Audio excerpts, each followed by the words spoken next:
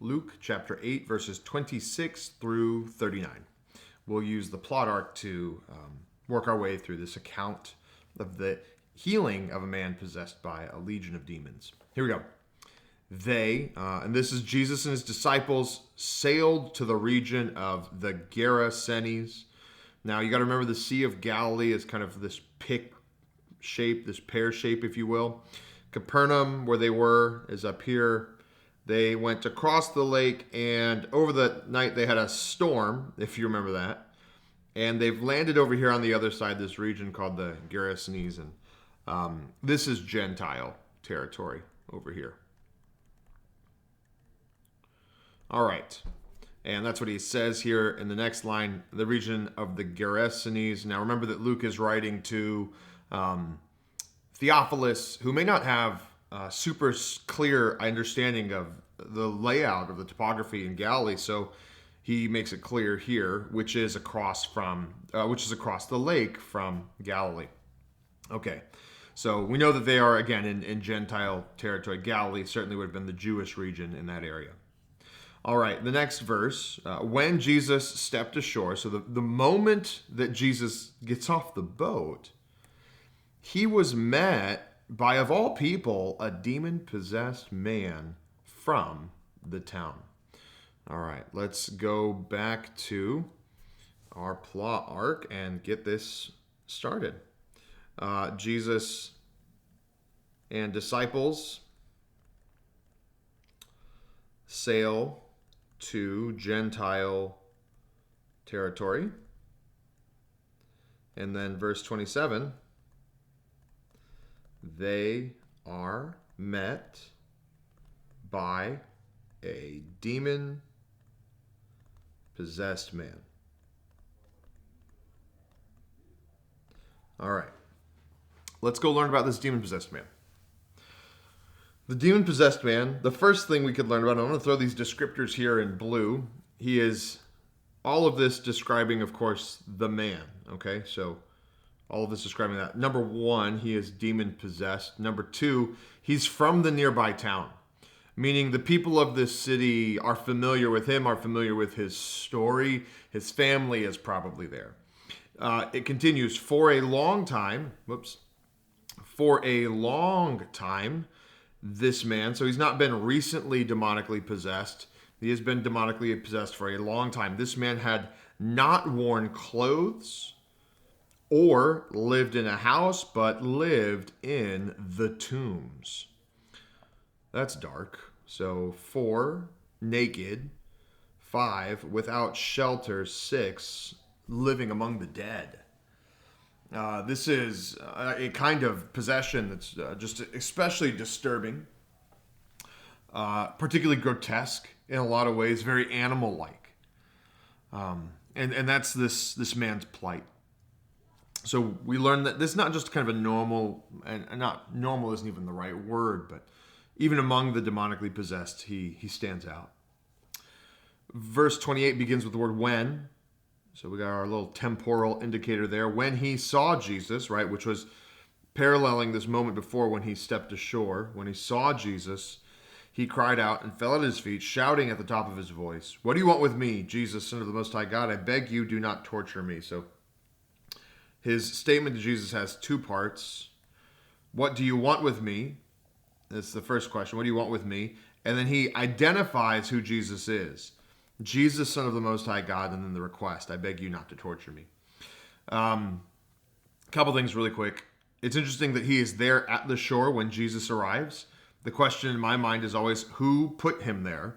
Did Satan tell him to go there and wait for Jesus? Or, God's already just sovereignly brought about quite the day. Is God the one who is sovereignly making sure that Jesus arrives on shore just for this moment, just when that man is there? I don't know the answer to that question, but I do know that we have a sovereign God. And this is no accident that the man is there right as Jesus arrives in Gentile territory. So his question is, what do you want with me? Jesus, Son of the Most High God. This is an incredible statement here. Jesus, Son of the Most High God. You guys maybe have heard of El Elyon in the Hebrew. This is a God in the highest, or God most high. And what he's saying is that Jesus, now everybody knew Jesus' name was Jesus, but this title, Son of the Most High God, that is something, that's something new. And what it really demonstrates is that the demons knew Jesus, right? Or have known Jesus for a long, long time. They have known Jesus, God the Son, the second person of the Trinity, for a long time. And even though he takes on flesh, they recognize exactly who he is. This demon seems to think he's safe out here in Gentile territory, so he's very confused at Jesus' presence. What do you think? What do you want with me, Jesus, Son of the Most High God? I beg you, don't torture me. Which I just want to point out this. Let's start kind of understanding, whenever we look at the blue and we look at this man's condition, I want us to kind of also think in red here of what is the demon doing to the man, right?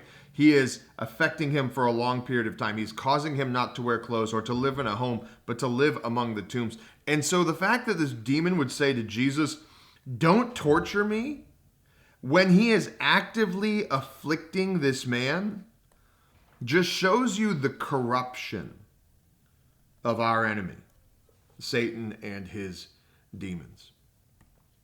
So if we're going on in the text, verse 28, the demon recognizes Jesus, and I'm going to say corruptly begs for mercy, or begs not to be tortured. You know, he's actively torturing this guy. All right. Verse 29, and we're getting to, I'll explain this here in a second. For Jesus had commanded the impure spirit to come out of the man. This makes it sound like Jesus, tried to do this and it didn't work. But actually what Luke is doing is he's kind of summarizing the whole story right here at the beginning. So he's going to, by the time he gets to verse 29, summarize the whole story and then begin to fill in even more details. Here, he's going to start coloring it in. I should use green. I'm sorry, let me do that real quick. So if we're thinking about this is kind of just initial summary of the story, and then here going forward, he's going to do it again and continue to unpack the story. So for Jesus commanded the impure spirit to come out of the man. So going back to the story, I'm going to just kind of put real close, verse 29. Boom, we get sneak peek of the end. Jesus commands the wind and waves, they obey. Jesus commands the demon, he's going to leave. But the second thing is we start to get our color. Many times it had seized him. Though he was chained hand and foot and kept under guard, he had broken his chains and had been driven by the demon into solitary places. And looking at what particularly the demon's doing to him, it seizes him, which is interesting. So that would mean that there are maybe moments where he's in control and then many, many more moments where the demons are in control. And this would be one of them. He's chained hand and foot. Now people are doing that, kept under guard. People are doing that, but it matters not, right? He breaks the chains. He is driven by the demon into solitary places. So, the demon's torture just kind of continues to this guy. All right, and that will fill that in for the rest of verse 29 over here. Sneak peek of the end and further descriptors. And when we're looking at these descriptors, we see the control, the dominating influence of this demon upon this man, and how it causes him to be so strong that he would break the chains that are holding him, cause him to flee into these solitary places, and it seems like that is where he stayed. Other gospels tell us that people couldn't go to the tombs anymore because he would just attack people that drove by. And so we get our other descriptors, 7, 8, 9. Notice here that the chains and the guard is the strength of men, utterly powerless here. Broken his chains, 10 and 11, been driven away, and then 12 into those solitary places. Okay? So the color begins to get filled in. Jesus asks him, "What is your name?" Now, this is really important that you understand this. People will say that if you want to do an exorcism, you have to know the name of the demon. And that's ridiculous. They'll go to this verse. This is the only time that Jesus ever bothers to ask a demon its name. And we could ask the question, why? Why is Jesus asking the demon his name? And the answer immediately is apparent when we hear the name of the demon. Because the name of the demon is Legion. Right? So Jesus is asking this question not so that he can understand the name of the demon, because the name of the demon isn't Legion anyway. I mean, sort of, right? He replied, because many demons had gone into him. But the idea is that, how do you name a legion, right? So there's just a lot of them. So the point here for the witness, right? For the witnesses is that they know there are thousands of demons in this man. That's the point of the name. It's not to get power over the demon. Jesus doesn't need to get some sort of power over him by knowing his name. It is so that we know this man is not just dominated by one spirit, but by many. It's so that we know that whether it's one demon or a legion of demons, it makes no difference to the Lord. It is a very easy thing for him to do, to command 1 or 1,000 demons. So Legion, he replies, because many demons had gone into him. So verse 31, I think I missed a verse here. That's the wrong text. Here we go. Verse 30, Jesus asks his name. Okay, so let's back up here. Verse 30, Jesus asks his name. Verse 31, we discover a legion of demons. And if you are a witness, you're wondering, wow, can one man go against a legion of demons, right? That's the question that's in everyone's mind. And they begged him to go, they begged him repeatedly not to be sent into the abyss. Sorry. Let me go back up here. That's still verse 30. Okay, so verse 31. They ask not to be sent to the abyss. Now, the abyss is like the grave. It's kind of like this holding place. It's not quite hell. It's not typically, at least from what we can kind of study in Scripture.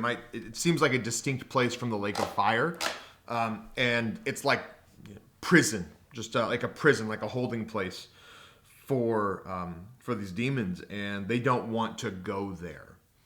All right, verse 32. A large herd of pigs was feeding on the hillside. The demons begged Jesus to let them go into the pigs, and he gave them permission. When the demons came out of the man, they went into the pigs, and the herd rushed down the steep bank into the lake and was drowned. And this is kind of the high point of this first portion of the story. So we'll go to verses 32 and 33. 32, 33. This is kind of the climax of the first part of this story. So looking at 32, there is a herd of pigs. And the demons ask permission to go there. It's really curious that Jesus allows them to do this. All right, so let's go back to this text real quick. It is very curious that Jesus gives them permission. And it'd be very natural for us to ask why, especially in light of what follows, right? The herd rushes down the steep bank and goes into the lake and drowns. Like, what? That's pretty crazy. Okay. So verse 33, going back to our plot arc here. The man is healed. The man is healed. The demons go into pigs. Pigs commit mass suicide. And that is the crazy part of the story, isn't it? It's kind of confusing to know why Jesus would allow this to happen if it ended in so much pig death, right? And I think what this does is it helps us to understand that the nature of demons, what it is that they do. And the fact that when the pigs were possessed by these demons, that they rushed down the steep bank into the lake and drowned.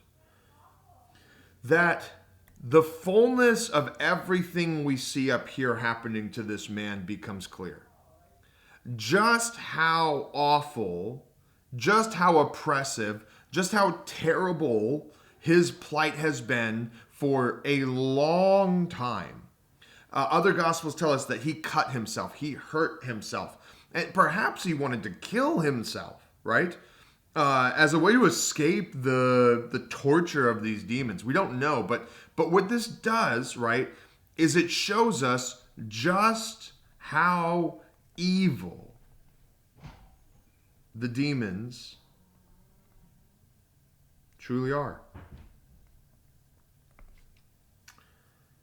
And it makes the deliverance of Christ that much greater because we understand just how much more awful evil is. And there's this principle here that we just have to recognize that God allows evil at times so that we understand how much greater is his power. And sometimes he allows particularly dark moments of evil, like thousands of pigs killing themselves, in order to demonstrate even greater his power over the enemy. Okay. Then we get kind of this second arc of the story that begins here. When those tending the pigs saw what happened, they ran off to report this to the town and the countryside, and the people went out to see what happened, right? So verses 34 and 35, 34, the people report. And then verse 35, the town investigates. And a whole new set of things begin here. The town investigates, right? They come out to see what had happened.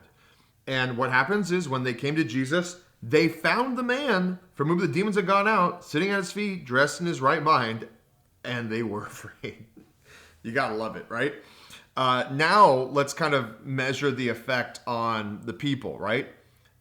First thing they see is they see the man. They found the man from whom the demons had gone out, sitting at Jesus' feet, dressed in his right mind, right? So back up to the top, right? All of these things over here that the enemy had done to him, they are now being undone, right? Undone in Christ. And the funny part, so we'll just go back over here to our plot arc here, and then verse 35, the man's deliverance mirrors his oppression. Okay? And then what's so funny about this as well, and this is still verse 35, the crowd has a new and greater fear. Like the disciples in Jesus' boat when he calms the wind and waves, and they're more afraid of him than they were of the waves a second ago. The crowd has that moment. They were afraid of the demoniac, and now that the demoniac's been healed, they're even more terrified of the one who healed him, right? That Jesus' power is a scary thing. God's power is a scary thing. But because they don't have faith in Jesus, they don't think Jesus is on their side, they ask him to leave. Those who had seen it told the people how the demon-possessed man had been cured, right? So just a parallel of verse 35. Then all the people of the region of the Gerasenes asked Jesus to leave them because they were overcome with fear. So he got in the boat and left. So we'll go back to this 35 and we'll mirror this. The people report, we'll put 36 in here as well because that's what happens. Verse 37, they ask Jesus to leave. Like, Jesus, get out of the boat, please. Verse 37 again, Jesus agrees to leave. And verse 38, the man from whom the demons had gone out begged to go with him. Understandably, right? You would totally get why this man would never want to leave Jesus. I mean, this is what Mary Magdalene did, right? Mary Magdalene had 7 demons, right? And Jesus cast them out, and she devotes the rest of her life to Jesus, right? But Jesus sent him away. And this should be kind of like a record scratch moment for us, right? So we're looking here. Verse 37, this is verse 37. So we'll make a new dot. One second here. Verse 38. He wants to go with Jesus. Go with Jesus. But Jesus says no. No, sir. And then we get like the pinnacle of this story right here, the second one. He sends him away. Not just saying like, get out of here. He sends him away saying, return home. And this is the command. Return home and tell how much God has done for you. That's it. That's the whole thing. Just go back home, tell these people, the very people who are asking Jesus to leave, tell these people, tell them how much God has done for you. And what this means is this guy, by the way, is the first missionary. Jesus usually tells people not to say anything. He tells this guy, go tell everybody. He's the first missionary and commissioned to the Gentiles. He is going to go back to his people and tell them how much God has done for him. So, verse 39, he is the first missionary. And as the action kind of dies back down, verse 39 again, he obeys Jesus. Let's go back. So the man went away and told all over town how much Jesus had done for him. And then it just ends there. That's the end of this story. And if we're kind of like looking at this, there's kind of like two key peaks here now, right? And we have like Jesus's power over sin, over darkness, and particularly over even demonic possession, like the worst possible form of this subjection. And then like if you've been healed, right, and you've been saved, then the next piece is like go and tell everybody else, right? That's this lesson over here. But I want you to know what I think, and I'm just guessing here, but I think that there's more to this story. In the book of Matthew, there is the feeding not only of the 5,000, which we're all very familiar with, but the feeding of the 4,000. And if you go look at the feeding of the 4,000, one of the really unique things is that Jesus is on the Sea of Galilee. He's feeding these crowds, and he's healing the crowds first. And as he heals them, there's this really interesting note where they praised the God of Israel. Now, this is a very unique statement, that they praise the God of Israel. The only reason that you would make this distinction of Israel is if the people are not Israelites.